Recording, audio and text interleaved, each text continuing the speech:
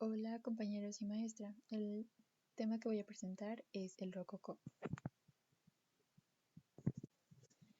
La transición del rococó, también conocido como el estilo Luis XV a nuevas formas y expresiones artísticas, empezó hacia el 1720. Su divulgación despertó una verdadera fascinación por el gusto a la griega, embrión del que una vez consolidado conoceríamos como neoclasicismo y que coincide con el reinado de Luis XVI. Con respecto a la vertiente social, se inicia un cambio en el papel de la mujer que se convierte en organizadora de reuniones para hablar de literatura, política, juegos de ingenio o para bailar. Este entorno de alta actividad social, dentro de la alta burguesía, es el lugar adecuado para que los artistas se promocionen y hagan clientes. Los motivos del rococó buscan reproducir el sentimiento típico de la vida aristocrática, libre de preocupaciones o de novela ligera, más que batallas heroicas o figuras religiosas. Este estilo, llamado en su tiempo del gusto moderno, fue despreciado por sus críticos y detractores neoclasicistas con la palabra rococó, que es una composición de rocaille, piedra, y coquille, concha marina, puesto que en los primeros diseños del nuevo estilo aparecían formas irregulares inspiradas en rocas marinas, algas y conchas. Otras versiones buscan el origen en rocaille, un tipo de ornamentación de los decoradores de grutas de los jardines barrocos, y que se distinguía por su profuso ensortijamiento. El rococó es un ejemplo de cómo el arte es la inmediata expresión de la vida social y de cómo un estilo se hace a medida del individuo, de cómo las viviendas y los objetos se diseñan para los hombres y no solo para dioses y monarcas.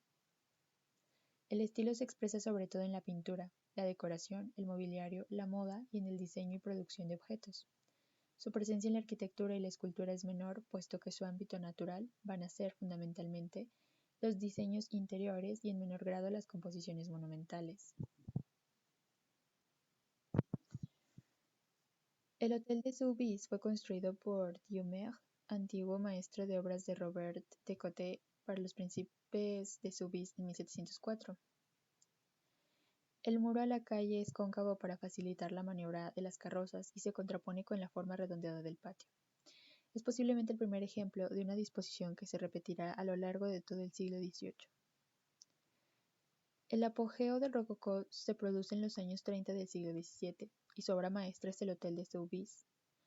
Buffon y sus colaboradores, entre ellos el pintor Natoire, consiguen en el Salón Oval de 1735 una pieza capital del arte francés del siglo XVIII.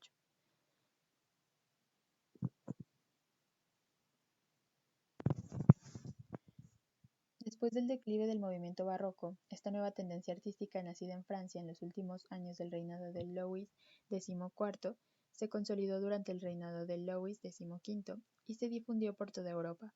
Cuando en 1715 Felipe de Orleans asumió la regencia en nombre del joven Luis XV y sustituyó el ceremonial solemne y riguroso de Versalles por la atmósfera más intimista. No obstante, a partir de mediados de siglo, el neoclasicismo naciente se opuso con éxito al estilo rococó, al que se puede considerar, al menos en Francia, finalizado poco después de 1760. Se comprende que al norte de los Alpes, no menos que en Italia, las artes por separado pasaran rápidamente a esta orgía ornamental y perdieran mucho de su importancia independiente. Existieron, claro está, pintores y escultores notables hacia 1700, pero tal vez hubo solo un maestro cuyo arte puede compararse con el de los grandes pintores de la primera mitad del siglo XVII. Este maestro fue Antoine Watteau. De tal descripción, se puede extraer la impresión de que el arte de este personaje es artificioso y preciosista en extremo. Para muchos reflejó los gustos de la aristocracia francesa de comienzos del siglo XVIII, época conocida con el nombre de rococó, la moda de los colores exquisitos y las ornamentaciones delicadas que siguió a la más vigorosa del periodo barroco, y que se manifestó con alegre frivolidad. Pero él fue demasiado gran artista como para no constituir más que un mero exponente de la moda de su tiempo. Por el contrario, fue más bien él quien moldeó con sus ensueños e ideales la moda a la que le damos el nombre de rococó. Enriqueció nuestro caudal imaginativo mediante sus visiones de alegre galantería. Las calidades del arte de Watteau, la delicadeza de su pincelada y el refinamiento de sus armonías de color, no pueden reproducirse fácilmente. Sus cuadros y dibujos, extraordinariamente llenos de sensibilidad, deben ser vistos y saboreados en el original. Al igual que Rubens, al que admiró, podía expresar la sensación de vida en un cuerpo que pareciera palpitar con solo un soplo de yeso o de color. Pero el carácter de sus estudios se diferencia tanto de los de Rubens como sus cuadros de los de Jan Steen. Existe un matiz de tristeza en esas visiones suyas de la belleza que difícilmente puede describirse o definirse. Una obra de Rubens sería Las Tres Gracias. El tema había sido representado por Rafael durante el Renacimiento y Rubens lo retomó ofreciendo un planteamiento distinto. Mientras las gracias de Rafael son el prototipo de belleza ideal, las de Rubens lo son de una belleza más sensual. Para ello cambia el canon de belleza, sus cuerpos femeninos son blandos y opulentos, caracterizados por la flacidez de sus carnes. El estilo del rococó se caracterizó por una elección de colores claros, en especial el blanco, colores luminosos y suaves. Intenta reflejar el aspecto agradable, exótico, sensual y refinado de las cosas y casi no utiliza los contrastes. Se inclinó por expresar temas de la vida cotidiana y las relaciones humanas. Posee un estilo recargado que expresa el sentimiento de libertad de la sociedad aristocrática. En cuanto a su expresión, es un movimiento que expresa la vida social, no se detiene en la observación de la vida de los seres inmortales o monarcas, como ocurría en tiempos anteriores, sino más bien intentaba ejemplificar la forma en que los seres humanos vivían durante aquellos años. Así se muestran viviendas, objetos personales, fiestas o reuniones, dejando en evidencia la ostentación de aquella sociedad.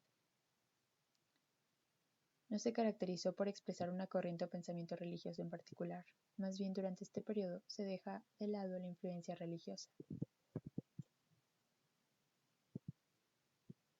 Con respecto a su tipo de composición, todas las representaciones expresan alegría, frescura y sensualidad.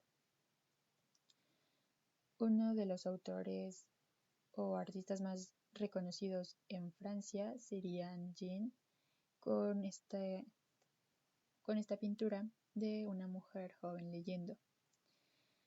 Este artista se caracteriza por la representación de escenas galantes que tienen lugar al interior de las alcobas o en claros del bosque, empleando siempre colores suaves y delicados, líneas fluidas y figuras con poses elegantes y llenas de gracia. Son obras que reflejan la alegría y frivolidad de la época.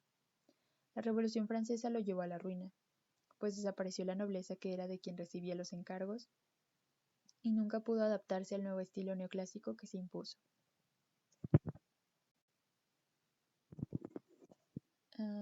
Profundizando en la pintura, esta tuvo su auge en la década de 1730. Aquí vemos una pintura del primer exponente del que se había hablado anteriormente. El mundo de Watteau es un mundo de fantasía, pero esta visión fantástica se inserta al mismo tiempo en la realidad de la vida aristocrática de la época, con sus fiestas al aire libre, junto a una naturaleza modelada por el hombre, sus personajes vestidos a la moda, sus teatrales juegos de rol que regulan las relaciones sociales. Y entre otros artistas más representativos en Francia, vemos que en la pintura los principales temas son las fiestas, historias pastoriles, aventuras amorosas y cortesanas. Las composiciones son sensuales, alegres y frescas.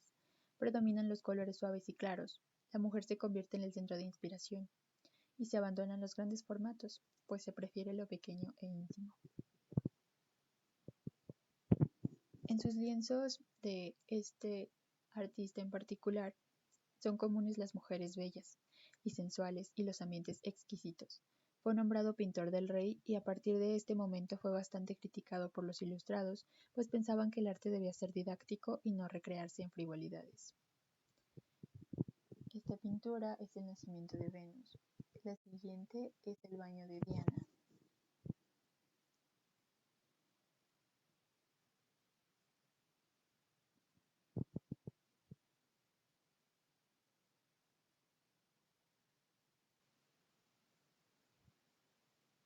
El siguiente, ya mencionado, fue Jean-Antoine Watteau, quien se podría decir fue el mayor exponente en Francia.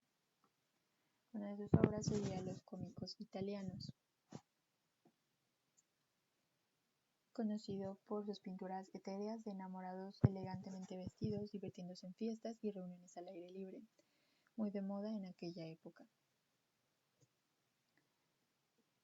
Otro exponente es Maurice Quentin de la Tour. En esta época, el retrato gana terreno dentro de la pintura y se crea el retrato aristocrático, hecho de manera virtuosa y con lujo de detalles.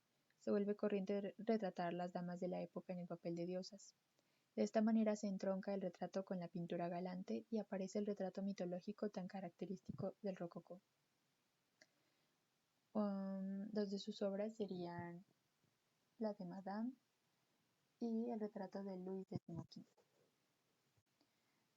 Se puede apreciar en las obras mencionadas el lirismo, que es la expresión profunda de la emoción. Las historias pastoriles generalmente estaba compuesta por diálogos entre pastores que se contaban sus historias amorosas. La novela pastoril refleja una visión idealista y poco realista, y las escenas de tocador. Entre los exponentes en Inglaterra serían Joshua Reynolds, quien, en este ámbito, en este lugar, se tomó mucho la importancia a todo lo relacionado con la decoración de interiores, la platería, la porcelana y las sedas estuvieron fuertemente influenciadas por el rococó.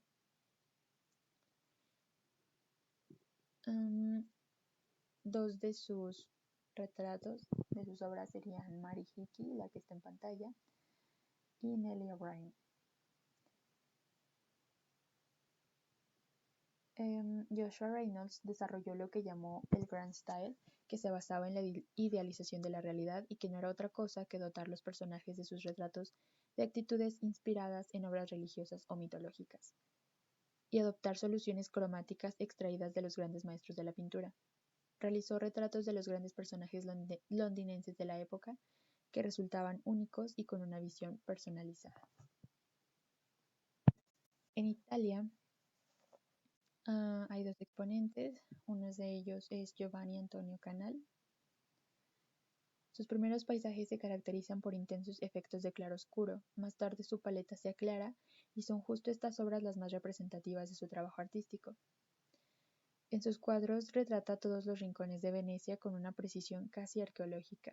El primero sería el que está en pantalla, vista de la entrada al Arsenal, y el siguiente, el Gran Canal y la Iglesia de la Salud. El segundo exponente es Giovanni Battista Tiepolo, cuyo arte se centró principalmente en la pintura de grandes frescos y óleos sobre techos y paredes decoradas acorde con las tendencias rococó de la época. Empleaba como tema de sus obras escenas cotidianas, temas bíblicos y mitológicos. Las composiciones son dramáticas, la línea fluida, el color luminoso y suave, y el tratamiento de la luz sumamente atmosférico. Sus obras siguieron siendo populares incluso cuando los arquitectos empezaron a diseñar edificios en un estilo más austero y severo como fue el neoclasicismo. En pantalla está el triunfo de Zéfiro y Flora. Y el segundo, la institución del Santo Rosario. Hablando sobre arquitectura, en este periodo la arquitectura rococó se caracteriza por ser una versión más ligera, más graciosa, pero también más elaborada de la arquitectura barroca. La arquitectura barroca era ornamentada y austera. Por otro lado, aunque los estilos eran muy similares, hay algunas diferencias notables entre arquitectura rococó y barroca. La simetría. El rococó hizo hincapié en la asimetría de las formas, mientras que el barroco fue el opuesto. Hay 4 características principales de este periodo, las cuales serían el uso de colores pasteles, que el rosa se usaba en el exterior de los edificios y también era un color popular para las habitaciones de los niños en ese momento. Se pensó que el rosa era un color masculino, ya que era solo una versión más ligera del rojo. Los colores pasteles enfatizaron la ligereza y la felicidad de la era, manteniendo el tema de la alegre. Anteriormente, especialmente en el arte barroco, se utilizaban colores oscuros y sombras. La segunda característica es el uso de líneas curvas. La curva fue particularmente popular no solo en el arte y la ornamentación, imitando conchas, rocas y naturaleza, sino que también las características arquitectónicas se volvieron más curvas, como en los techos. Las habitaciones redondeadas ganaron popularidad, al igual que entretener a un círculo de amigos mientras discutían poesía.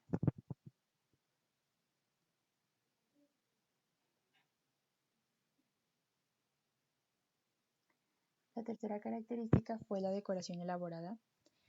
El uso del oro fue especialmente prominente, ayudando a agregar claridad, armonía, sofisticación y un nivel de lujo a los colores pastel. Y por último, el cambio más radical fue el uso de la asimetría. Si observamos la decoración en el exterior o interior de un diseño de edificio de este periodo de tiempo, notaremos que si se corta por la mitad, las dos mitades no se reflejan entre sí. Los dos lados son diferentes. Esto ayudó a enfatizar la libertad, la independencia y el movimiento dentro de la arquitectura y el arte del periodo de tiempo. Este periodo de tiempo también fue un cambio del control religioso a un periodo de tiempo de amor más libre. El amor y la sexualidad comenzaron a deslizarse en las decoraciones de arte y arquitectura.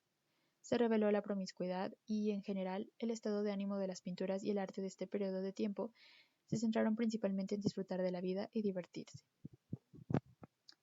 Algunos ejemplos famosos son el Palacio de Versalles,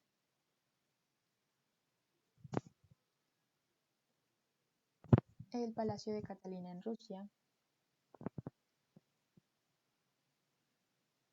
el Palacio de Queluz, Portugal.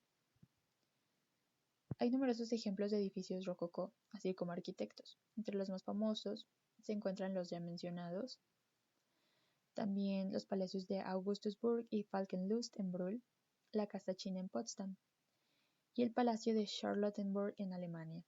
Entre los arquitectos que se destacaron por sus construcciones con el estilo se encuentran Francesco Bartolomeo Rastrelli, un arquitecto italiano que trabajó en Rusia y que se destacó por sus lujosas y opulentas obras; Philippe Delange, que trabajó en la arquitectura rococó danesa y holandesa; o Matthäus Daniel Popelman, que trabajó en el estilo barroco tardío y que contribuyó a la reconstrucción de la ciudad de Dresde en Alemania.